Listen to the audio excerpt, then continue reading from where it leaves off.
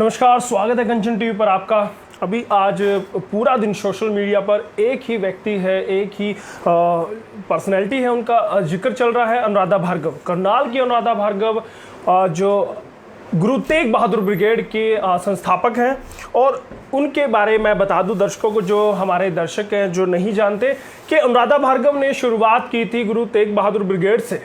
उनका जो असल काम था, जो एक विज़न लेकर चले थे, उन्होंने चाहा था कि गुरु तेग बहादुर जी की शिक्षाएं घर घर पर पहुँचे, हर जन तक पहुँचे।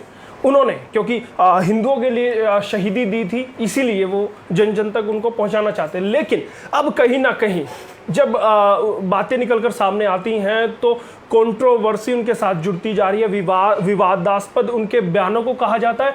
और आज जो प्रेस कॉन्फ्रेंस हुई, उनमें आरोप लगाया उन्होंने कि उनकी जो तथ्य है, उनकी जो बातें, उनको तरोड़ मरोड़ कर पेश किया जाता है मीडिया के द्वारा। काफ़ी गहमा गहमी रही, काफ़ी गर्माहट रही, और उसी पर चर्चा करने के लिए अब हमारे साथ मौजूद है अनुराधा भार्गव। मैडम, सबसे पहले स्वागत है आपका कंचन टीवी पर। नमस्कार जी, वाहिगुरु जी का खालसा, वाहिगुरु जी की फतेह। और आपका धन्यवाद करना चाहूँगी।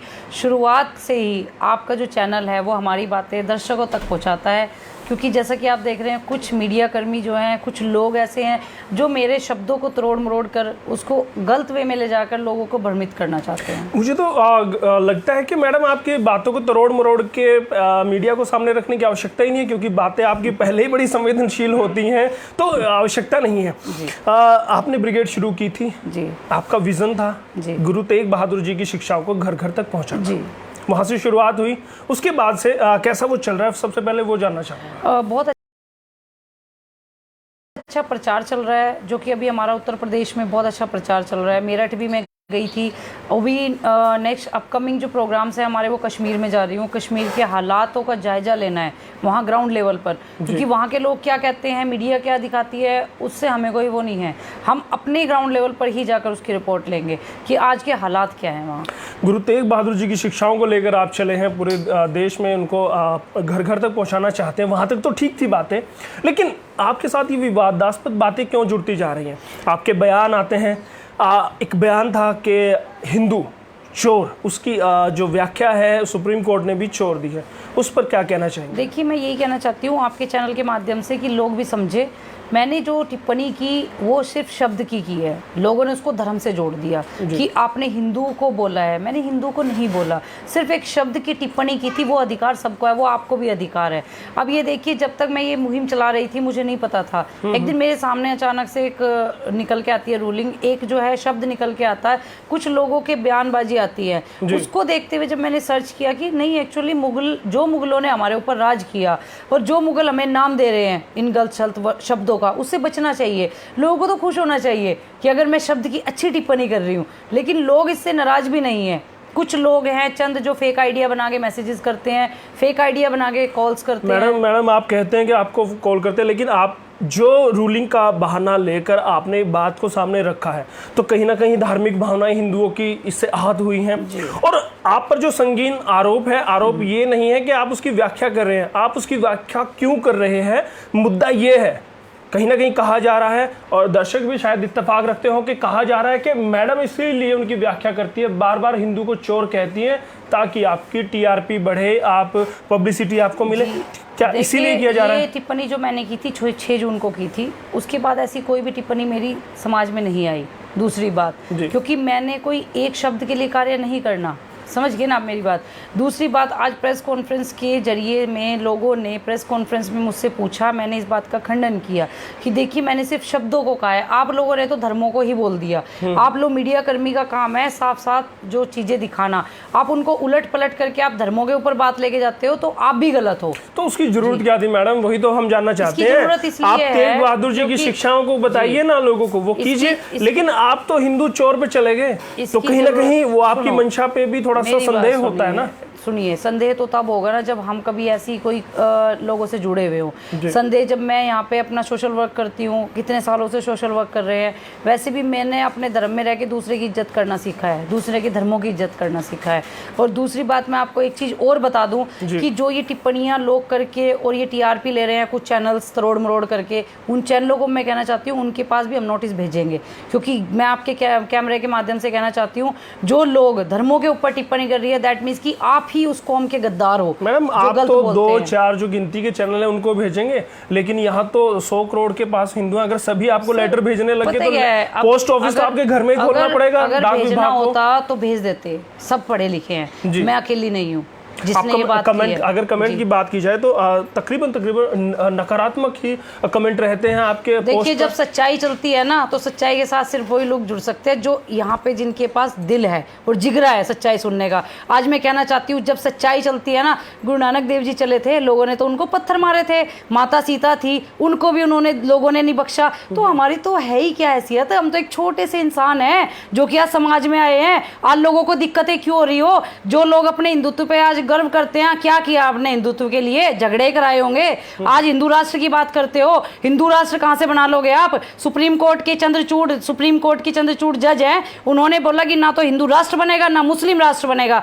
इस पूरे इंडिया के अंदर, संविधान के अंदर रिपब्लिक ऑफ इंडिया है, ठीक है, भारत का नाम है, हम भारत को सपोर्ट करते हैं। आप भारत करते के हैं लिए मैडम आप करते हैं, आप सिखिज्म की ओर लेके जा रहे हैं खुद को और दुनिया को भी वहीं लेके जाना चाहते हैं, ऐसा आरोप लगता है। जी।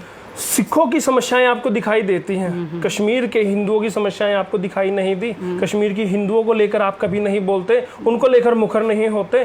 देखिए, पहली बात तो मैं आपको बताऊं, अब तक सब नॉर्मल चल रहा था, मैं भी अपनी आराम से वकालत कर रही थी। जैसे मुझे गुरु तेग बहादुर जी के बारे में पता चला, मैंने प्रचार करना शुरू किया।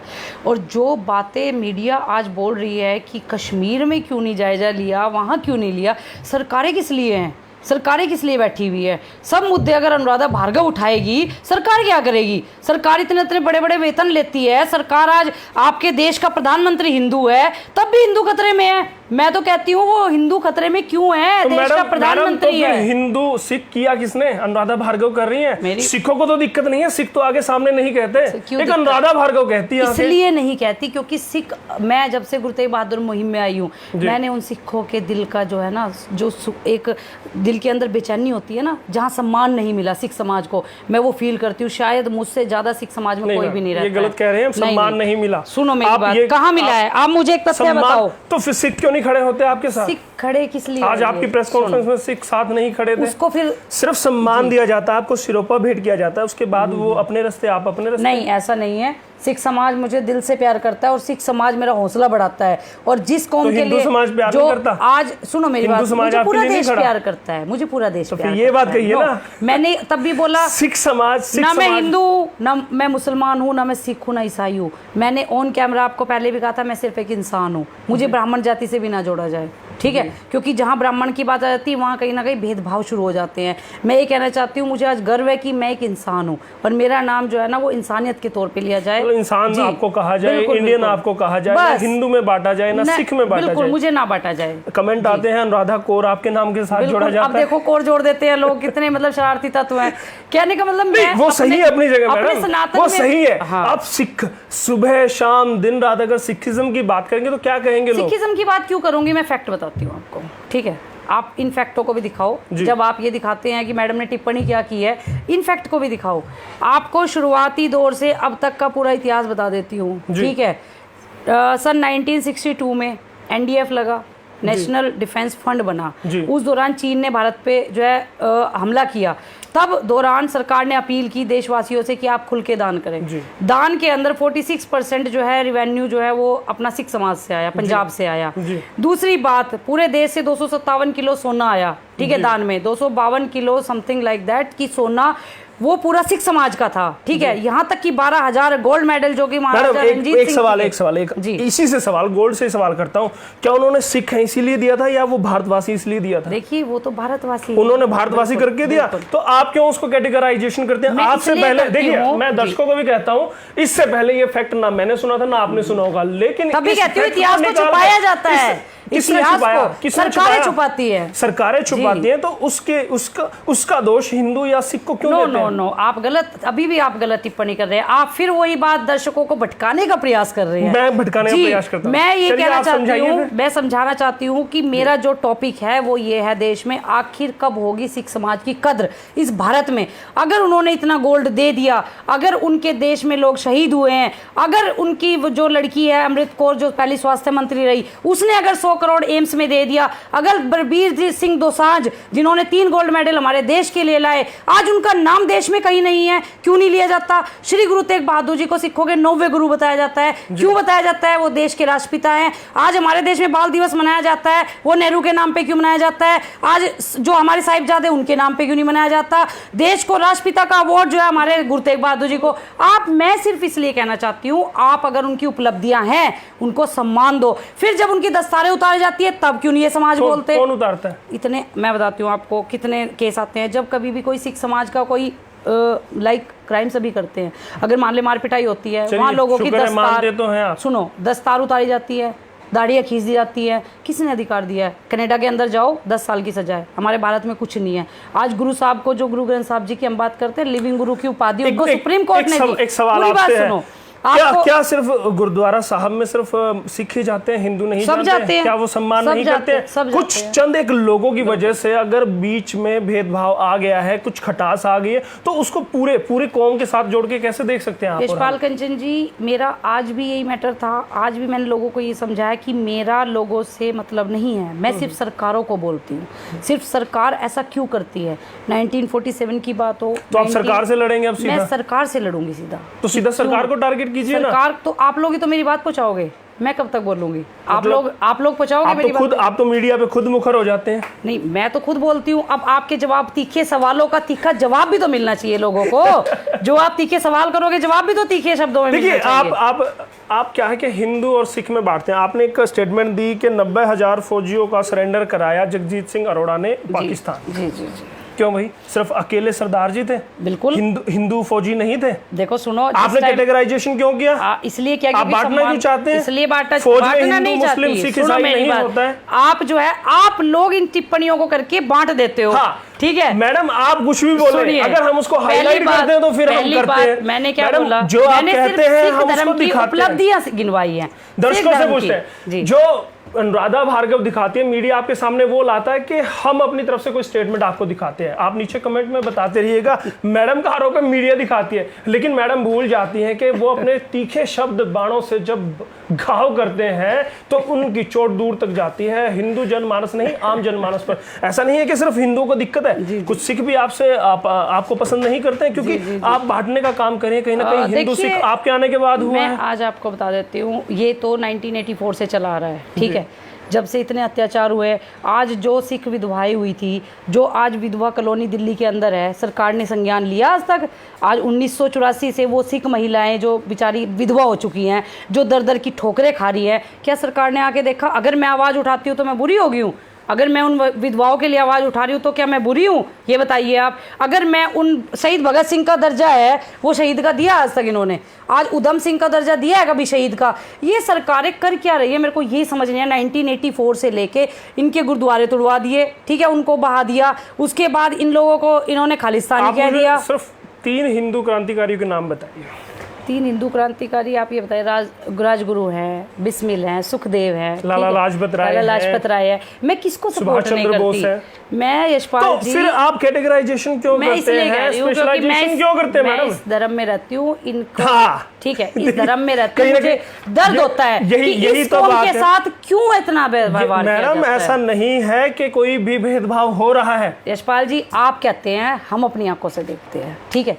अभी आप ये देखिए कि इन लोगों का कहाँ एक जगह मेरे को दिखा दो जहाँ सिख समाज का सम्मान हमारी सरकारें करती है। क्या गुरु तेग बहादुर जी का चैप्टर नहीं होना चाहिए? क्या जो है जगतार सिंह हवारा का भी सम्मान करते हैं? हाँ, बिल्कुल करती हूँ। आप ये देखिए, जगतार सिंह हवारा जी जो कि अपनी सजा भुगत चुके, चाहे किसी ने जो मर्जी क्राइम किया हो, कानून तो एक है, संविधान एक है। अनुराधा भार्गव के अलावा कितने लोग हैं सिख समाज में जो उनकी आवाज उठाते हैं, आज ये मांग करते हैं? सुनो, आज रॉयल मॉडल है वो सिख समाज। कितने हैं? सभी रोल मॉडल सभी है, मेरे नहीं, पूरे समाज के रोल, पूरे समाज के। कितने लोग हैं जो मुखर होकर मीडिया में आते हैं, सामने आते हैं? आप सिख समाज में जाकर इस बात की टिप्पणी कर सकते हैं कि सिख समाज उनको कितना प्यार करता है। और वैसे भी संविधान एक है, कानून एक है।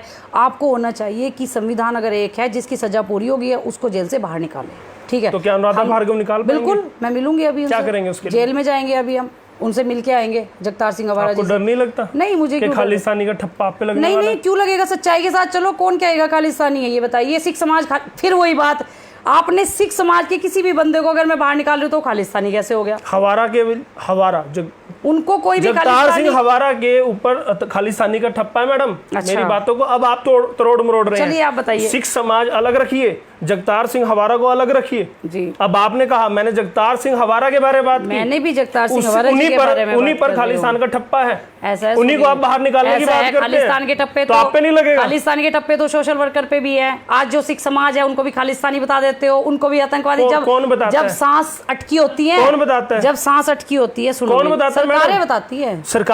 सरकारें बताती हैं, बताएं, लेकिन मीडिया कब बताता है? मीडिया जब दिखाता है, जब उसको तख्ती दिखती है, जब उसको नेम प्लेट दिखते हैं। सरकारों के ऊपर निशाना साधती हूँ। मैंने उनको तब भी बोला जब आप लोग अपने घरों में छुपे हुए थे, ऑक्सीजन नहीं मिल रही थी, तब ये सिख समाज आया। जब अपना काम निकल गया, तुम्हारी सांसें बच गई। हिंदू समाज नहीं आया, नहीं, हिंदू लोग नहीं आए। आप गुरुद्वारे की बात कर रही हूँ मैं, ठीक है। जो ऑक्सीजन सिलेंडर के, सुनो, ऑक्सीजन सिर्फ सिख समाज ने दी है, ठीक है, उसमें किसी का भी कोई रोल नहीं है। आज मैं ये दावा कर सकती हूँ, ठीक है। बहुत सारी फैक्ट्रियां हैं, हिंदुओं की फैक्ट्रियां जिन्होंने फ्री लगाए हैं, उन्होंने लंगर नहीं लगाए। बिल्कुल, मैं मानता हूँ, लेकिन उन्होंने अपनी फैक्ट्रियों से ऑक्सीजन की बात कर रही हूँ।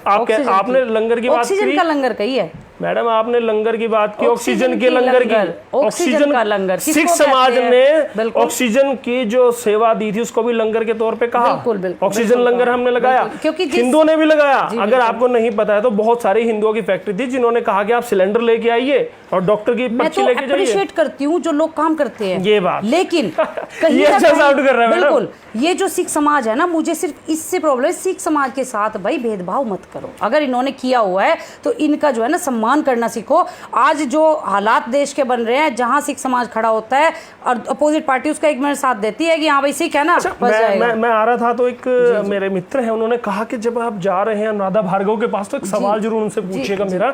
तो उनका एक सवाल था कि क्या अनुराधा भार्गव चाहती है खालिस्तान बने और वहाँ की पहली महिला प्रधानमंत्री अनुराधा भार्गव बने? क्या बात है, अगर खालिस्तान बनता है, मुझे पहली प्रधानमंत्री बनाते हैं तो मेरे लिए सौभाग्य की बात है। फिर मैं खालिस्तान के लिए आगे आऊंगी ना, अगर मुझे वहाँ के प्रधानमंत्री बनाते हैं।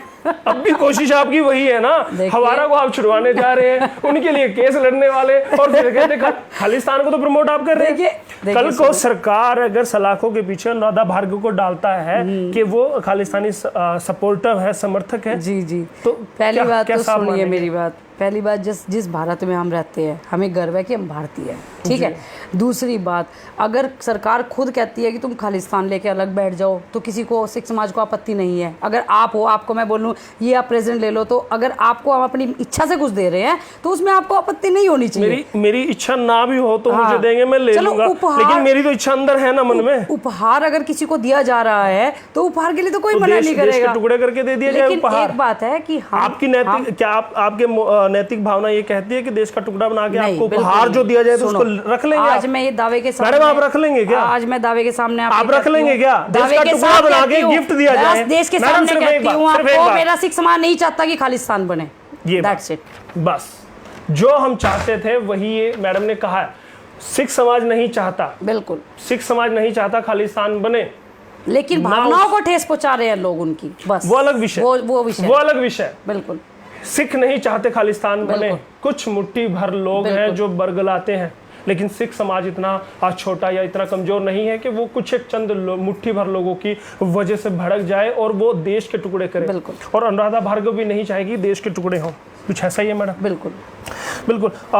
कश्मीरी हिंदुओं पर, आप सनातनी हैं, हिंदू हैं, बेशक आप मना करें लेकिन रहेंगे आप, कश्मीरी हिंदुओं के लिए क्या करने वाले हैं? मैं अभी कश्मीर जाऊंगी और वहाँ के जो हालात हैं, जैसे कि 370 धारा जो है उसके ऊपर भी हम वर्क कर रहे हैं।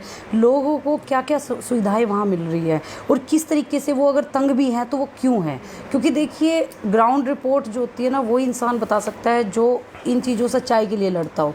अब हम अपने जाना पहले ही था, लेकिन लॉकडाउन के कारण हम लोग नहीं जा पाए। अब ये सोच रहे हैं कि जाना तो पहले था, शायद पेट्रोल इकट्ठा नहीं हुआ होगा, आग जो लगानी है आपको वहाँ भी तो जाके आग लगाएंगे आप। वहाँ तो कोई औरंगजेब नहीं है जी, मैं आग लगाऊंगा। नो ऐसा कुछ नहीं है। अनुराधा भार्गव आप ऐसा करके ना सस्पेक्टेड मत बनाइए ताकि सरकार मुझे वहाँ जाने ना दे। एक राजनीतिक व्यक्ति होता है, अगर वो काबू करना बड़ा मुश्किल होता है। अगर वही व्यक्ति राजनीति के साथ साथ किसी एक संगठन से जुड़ा हो और उसकी भावनाएं धार्मिक हो तो उसको समझ पाना और मुश्किल होता है। और उसके साथ अगर वो लॉयर भी हो, वकील भी हो, तो फिर आप सोचिएगा कि वो आपके दिमाग से खेल सकते हैं। और ऐसा ही काम हमारी मोहतरमा अनुराधा भार्गव करती हैं। बहुत अच्छे से अपनी बातों को लपेटना और अपनी बातों में उलझाना इनको आता है। और हिंदुओं जो कश्मीरी पंडित हैं उनके लिए वो जाने वाले हैं, क्या करने वाले हैं वो भी बाद का विषय है। ये तो भविष्य के गर्भ में है। लेकिन अभी के लिए कमेंट आते हैं, नेगेटिव कमेंट बहुत आते हैं आपको लेकर, तो कैसा लगता है उनको पढ़ के? बहुत अच्छा लगता है, क्योंकि इसी से कहीं ना कहीं सच्चाई सामने 80% गालियाँ होती हैं। कोई बात नहीं, उससे क्या फ़र्क पड़ता है। जो आप ये देखो कि जो लोग मुझे गालियाँ करते हैं या बोलते हैं, कुछ भी अपशब्द बोलते हैं, तो वो कहाँ स्टैंड करते हैं। बस मैं ये कहना चाहती हूँ कि एक बार आप पहले अनुराधा भार्गव की प्रोफाइल देखो, अनुराधा भार्गव कौन है। सिर्फ एक हेडलाइन पे मत जाइए कि अगर मीडिया ने एक हेडलाइन डाल दी उस पर मत जाइए। अब मेरा प्रोफाइल खोलिए, मैं 12 साल से पिछले करनाल में सेवा कर रही हूँ। छोड़ दीजिए ना वो लाइन बार। मैं तो कह रही हूँ, आप लोगों ने आज उठाई है, मैंने तो नहीं उठाई। 6 जून से नहीं, मैंने नहीं उठाई। आज 6 जून के बाद से घूम कर मीडिया ही उठाता है। मैडम कुछ नहीं कहते। नहीं, मैं कुछ नहीं कहती हूँ। मीडिया आपसे पूछता है मैडम, मैं आपसे पूछता हूँ कि आपने हिंदू को चोर कहा, हिंदू शब्द की व्याख्या की तो चोर कहा, आप उसको डिनाई कर दीजिए ना, आप उसको मना कर दीजिए। कि देखिए मेरी कहना वो नहीं था। सर पता क्या है, अगर हम लोग कह के और इन चीज़ों को मुकरेंगे, कल हम कोई और स्टेटमेंट देते हैं। मैं करती हूँ सच्चाई की बात, मैं करती हूँ हक की बात। अगर यही चीज़ कह के मैं बार बार इन चीज़ों को गिल्टी बताऊँ, नहीं। क्योंकि देखो, मैंने शब्द को बोला और किसी की भी धार्मिक भावनाओं को ठेस पहुंचाने का मेरा कोई प्रयोजन नहीं है, क्योंकि मैं उस समाज से जुड़ी हुई हूँ, उस देश से जुड़ी हुई हूँ जहाँ मैं अपने प्राण भी दे सकती हूँ उस देश के लिए। तो ठीक है, हिंदू के रहे कि सिख के रहे? नहीं, मैं फिर भी इंसान हूँ, इंसान रहे ना मैं हिंदू ना मैं सिख हूँ। ठीक है, और मैं मतलब ये कहना चाहती हूँ कि देश के लोग मुझे समझे। 12 साल से मैं सोशल वर्क कर रही हूँ, ना मैंने कभी आज तक पोस्ट डाली है कि कोई मैं इस तरीके का सोशल वर्क कर रही हूँ। चाहे वो रोड पे से एक्सीडेंट वाले लोगों को उठा के ले जाने की बात हो, मुझे तो ये भी नहीं पता होता कि लोग जो है वो कौन से घर से ताल्लुकात रखते हैं। और मुझे जब ये पता चलता है, लेकिन मैं शुरू से सेवा करती हूँ, मेरे को दिखावे में कोई फ़र्क नहीं जाता। ये भी अब मीडिया में इसलिए आना पड़ा क्योंकि गुरु तेग बहादुर जी का प्रचार करना था। अकेली कमंडल लेके तो मैं प्रचार नहीं कर सकती। तो घर घर जाके सोशल मीडिया का आजकल अच्छा प्लेटफॉर्म है, तो गुरु तेग बहादुर जी का प्रचार करने के लिए आप ये देखिए सर, मैं अच्छी वकालत कर रही थी जी, मेरे अच्छे केसेस थे, मैं भी एसी में आराम से बैठूँ, मुझे ज़रूरत नहीं है। बट ना मुझे सरकार से कोई भत्ता चाहिए, ना मुझे सरकार से नौकरी चाहिए, ना मुझे मेरे बच्चों के लिए नौकरी चाहिए। मेरे को तो कहने का मतलब ये है कि अगर हमें कुछ पता है, अगर कुछ हम समाज के लिए अच्छा कर सकते हैं, then we have to come. चलिए, बहुत बढ़िया, बहुत शुक्रिया। कंचन टीवी से आपने बात की और खुल के बात की, बहुत बहुत धन्यवाद करूँगा आपका। बहुत बहुत धन्यवाद कंचन जी, बार बार तीखे सवाल लेके आने का आपका शुक्रिया। और वैसे ही मैं दर्शकों को बताना चाहती हूँ कि ये चीज़ें बहुत ज़रूरी होती हैं कि तीखे सवाल करने भी, बिकॉज़ क्या है कि सवाल जब तक नहीं होंगे आंसर आप लोगों को नहीं मिलेगा। और मैं सबसे अपील करना चाहती हूँ, आप वीडियो को पूरा ज़रूर देखा करें, क्योंकि कभी भी जो लोग शरारती तत्व, मैं भी आपके ही परिवारों से हूँ, अगर आप अपनी माँ को, अपनी बहन को आप गलत शब्द बोलते हैं तो वो आपके परिवारों पर ही जाती है। मैं भी आपके परिवार का एक सदस्य हूँ, हिस्सा हूँ, और अपशब्द मैंने कभी आज तक किसी को नहीं बोले। आप मेरी पूरी मीडिया, आप पूरा प्रोफाइल चेक कर सकते हैं, अपशब्दों का हम शब्द का प्रयोग नहीं करते। आप जो भी है, आप पूरा प्रोफाइल चेक करें, पूरा जो है, क्योंकि मैंने अपनी आईडी पे लॉक नहीं लगाया हुआ कि मैं उसको लॉक करके रखती हूँ। आप प्रोफाइल देखें, आईडी देखें, उसके बाद आप लोग पूरी स्टेटमेंट सुने, तब ही कमेंट करें।